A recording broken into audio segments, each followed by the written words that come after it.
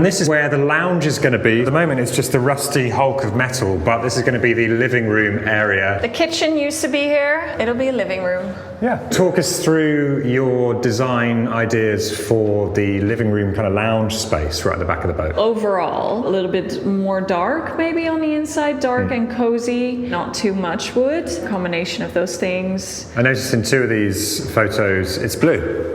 Yes, it is, yeah. So it's like matching the name to the... Well, I like it. I mean, it's interesting because looking at some of these other designs for the other rooms, they're quite light, they're quite bright, but the living room, you've specifically gone for a slightly darker palette. Yeah. Very comfortable, very elegant vibe to the living room lounge. What I also like is to create some seating that are fitted and that will also serve as storage. We will also have a fireplace. There will be a wood burner or a pallet burner. Yeah. We're still to decide exactly what. I'd really like to paint the roof in a similar color there is on the walls. I kind of like to pull it all together and make it really cozy. Open plan, living, kitchen, dining area. Yes, as much open as it can be. They sort of have to... They have to come together in some way. So although we'll talk about them as individual parts, ultimately they're probably going to be tied together in a similar palette. Yeah. Having that comfort's really important. Yeah, I agree.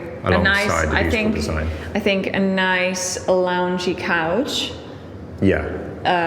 In there. Yeah. In a nice fabric, that would be great. What we were always attracted to with Bluey was it's a very bright boat compared to a lot of houseboats in the Netherlands. Yeah. It's always going to be light.